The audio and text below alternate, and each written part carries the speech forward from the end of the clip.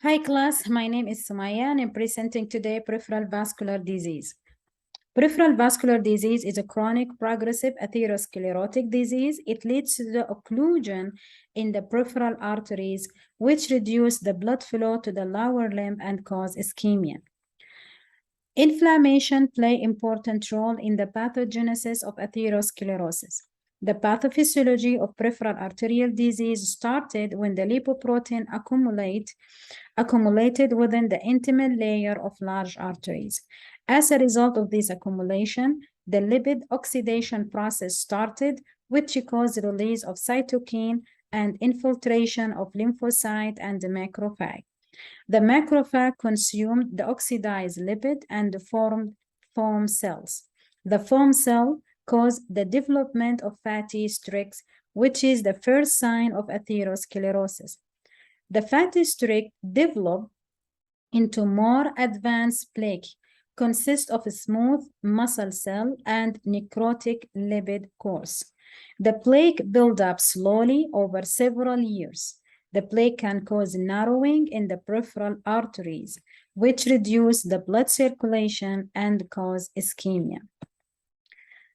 The risk factor of peripheral arterial disease can be divided into preventable and non-preventable. The non-preventable factor is the age of the patient, which need to be above 50 years old, and the positive family history. The preventable risk factor is the smoking, high consumption of alcohol, high cholesterol, hypertension, diabetic, obesity, and HIV. The major signs and symptoms of peripheral arterial disease is intermittent claudication, critical limb ischemia, and acute limb ischemia.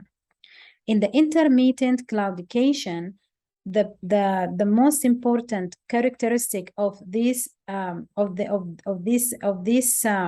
most important characteristic of intermittent claudication is the pain. The patient usually feel the pain in the lower extremities, and it is associated with physical activity and relieved by rest. If the pain in the lower extremity continue while the patient is at rest, this is called critical limb ischemia. Critical limb ischemia can cause gangrene and can cause ulcer or gangrene of the foot. In case of acute limb ischemia, the patient will develop sudden acute pain in the lower extremities, and that is developed because of thrombus or embolism, which stops suddenly the blood flow to the extremities. The diagnostic testing.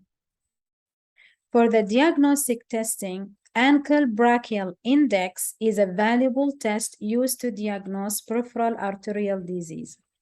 It is performed by measuring the systolic ankle pressure ratio to the systolic brachial pressure.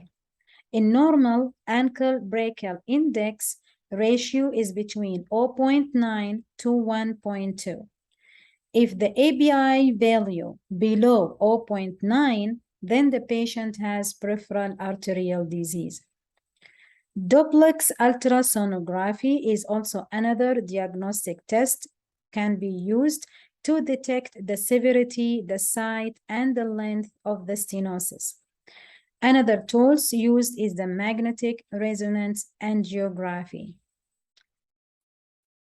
Thank you for watching my presentation.